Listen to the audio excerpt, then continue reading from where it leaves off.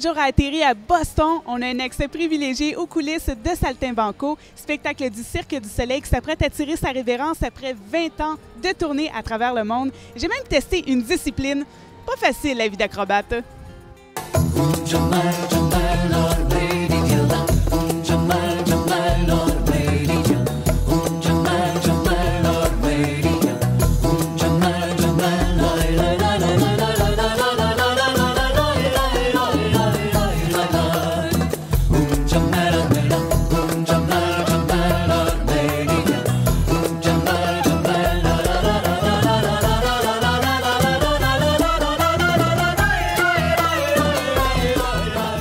Nous, on a fait 5 mois d'entraînement intense avant d'être capable de faire les spectacles. Il y a beaucoup d'artistes qui ont fait de la gymnastique avant et tout, qui ne connaissaient pas les mots chinois.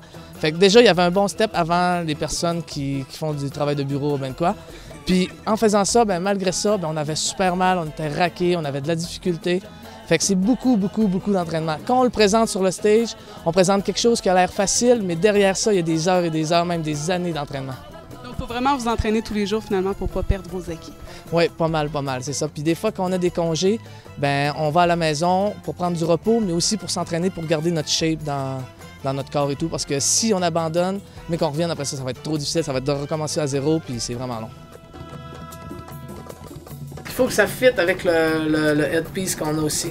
Fait que quand je mets ça, il faut qu'après ça, mes lignes bleues fit avec mes lignes bleues, mes lignes rouges puis jaunes fit avec mes lignes rouges puis jaunes ici, cette ligne bleue là avec ça. Oh, OK. Fait que c'est pour ça qu'il faut vraiment que ça soit précis. On est dans les derniers milles de la tournée Saltimbanco. Donc, comment est le moral des troupes? La morale est très bonne. Les gens sont très fiers de ramener Saltimbanco à Montréal, de fermer le show avec le public montréalais. Ils sont très fiers. Donc, il n'y a pas d'angoisse.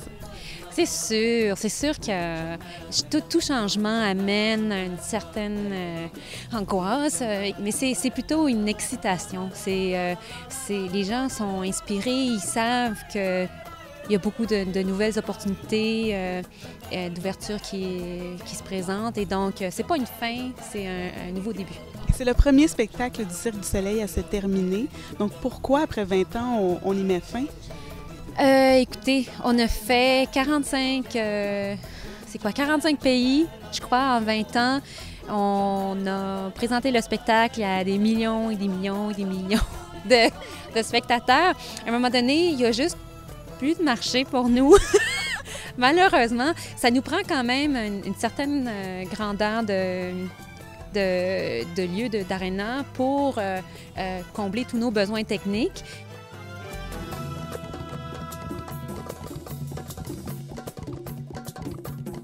Louis, quel est ton rôle dans Saltimbanco?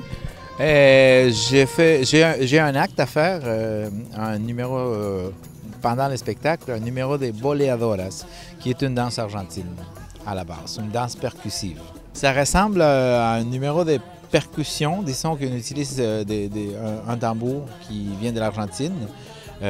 Puis l'autre partie du numéro, c'est avec un instrument qui est une corde avec une boule au bout reliée à la corde, et on la tourne et ça frappe au sol, et avec l'aide de nos pieds, la rythmique, on fait de la percussion. Quel est ton principal défi dans cette production-là? Survivre. C'est un gros mot!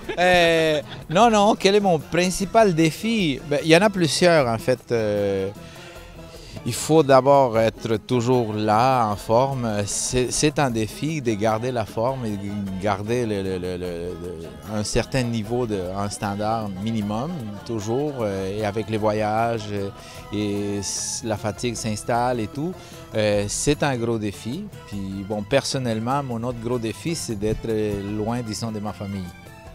Oui, ça c'est un petit peu difficile, ça. Votre famille qui est à Montréal? Ma famille qui vit à Montréal, oui. Vous allez la retrouver pour la dernière prestation du cirque. Voilà, ça va être un bel événement de conclure cette tournée comme il faut à Montréal, devant la famille, devant les amis. Ouais.